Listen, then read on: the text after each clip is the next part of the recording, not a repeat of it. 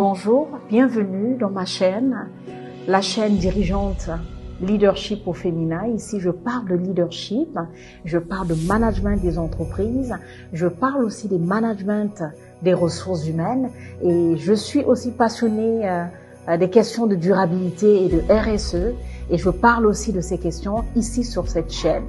Si vous ne le savez pas, je suis Belle Loretta Téné, cofondatrice du média Dirigeante, Leadership au féminin, un média qui valorise et fait la promotion des femmes cadres, chefs d'entreprise, pour servir de modèle aux autres, pour les booster, pour les challenger, les inspirer.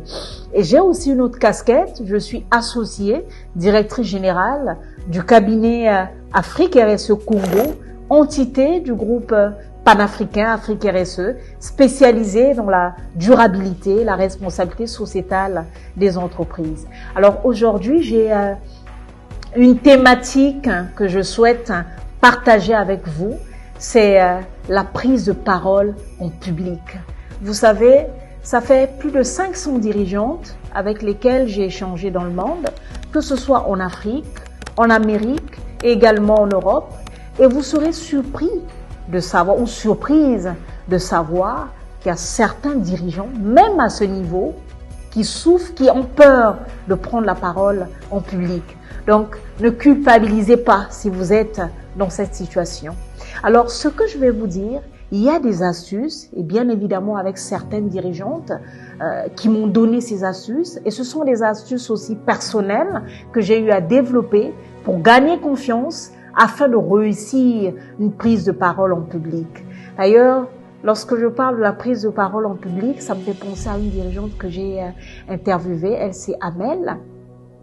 Elle est vice-championne du monde dans son domaine. C'est une athlète de haut niveau. Elle est également championne de France. Mais quand j'ai échangé avec elle, elle m'a dit quelque chose qui m'a fait réfléchir. Elle m'a dit qu'elle souffre du syndrome de l'imposteur, elle souffre de la prise de parole en public. Donc c'est normal, ça arrive à beaucoup de personnes, mais ça s'apprend. Alors dans cette capsule, je vais vous donner quelques astuces pour réussir la prise de parole en public. Et d'ailleurs, je vais vous donner encore une anecdote avec une dirigeante au Cameroun. On a organisé une conférence, elle était l'une des guest speakers. Alors ce jour, on m'appelle en aparté, on me dit Madame Téné, comment ça va se passer avec la DG, ça ce sont ses équipes, on espère que ça va bien se passer.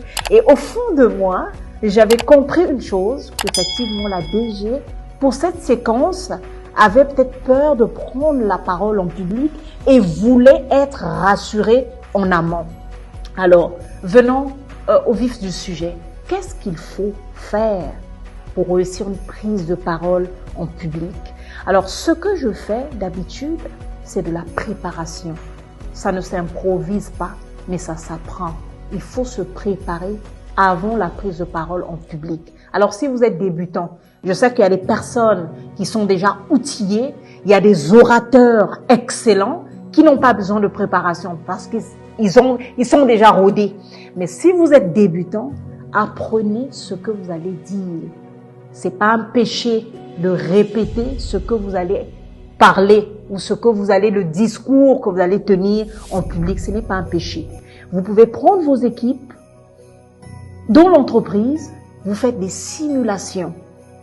Vous vous asseyez avec vos équipes et vous faites une simulation de votre discours que vous allez présenter en public. Ça vous permet à vous de bien maîtriser ce que vous allez dire et d'avoir suffisamment confiance et de leur demander surtout qu'est-ce qu'ils en pensent de votre discours. Ça aide la préparation.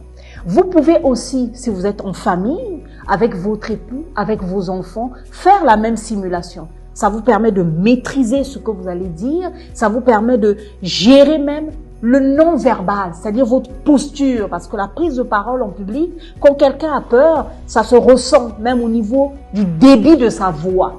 Alors venons au débit de la voix.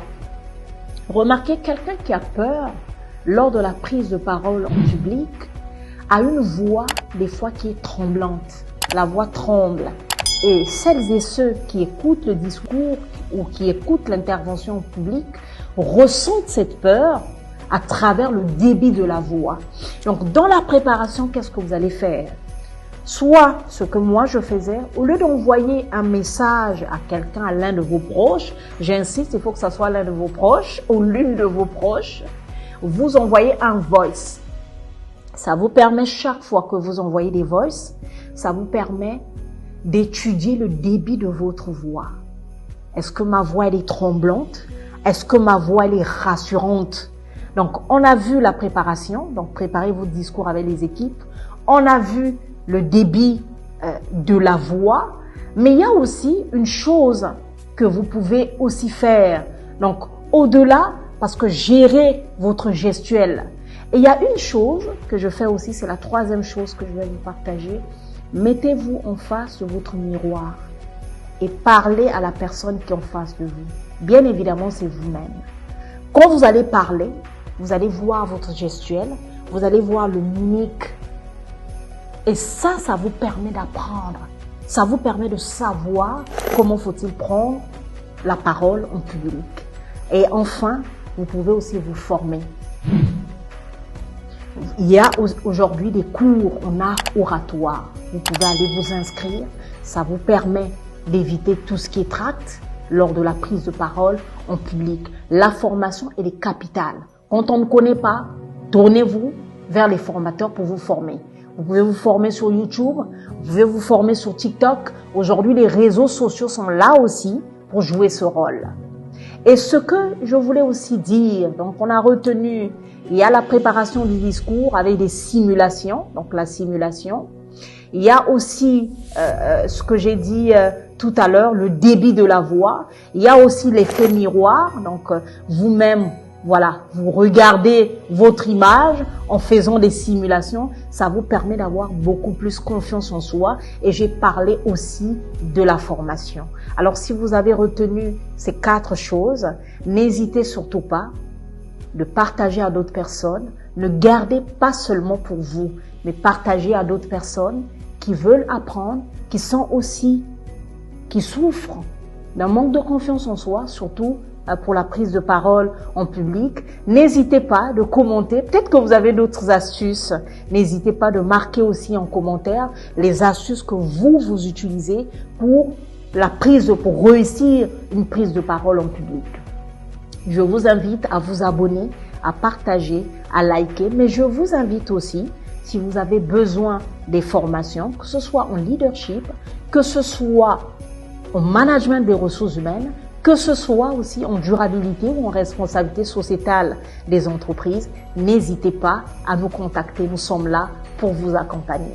Merci d'avoir suivi cette capsule. Je vous dis à une autre prochaine occasion avec la même énergie, avec le même sourire. Merci.